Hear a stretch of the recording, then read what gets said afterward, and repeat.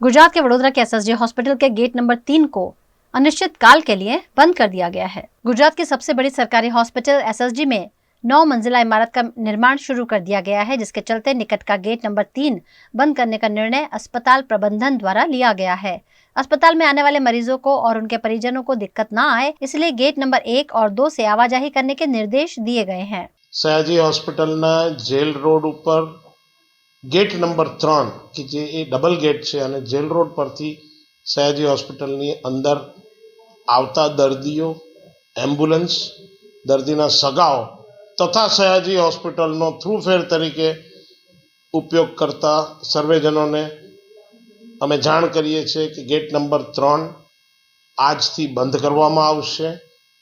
कारण gate number 3 ने अडीने 9 माळना नवा भवनનું निर्माण થવા જઈ રહ્યું છે કે જેની અંદર ઓપીડી, કિડની, સ્પાઇન તથા ઓપ્થલ્મિક વિભાગોનું નવું ઘડતર થવા જઈ રહ્યું છે।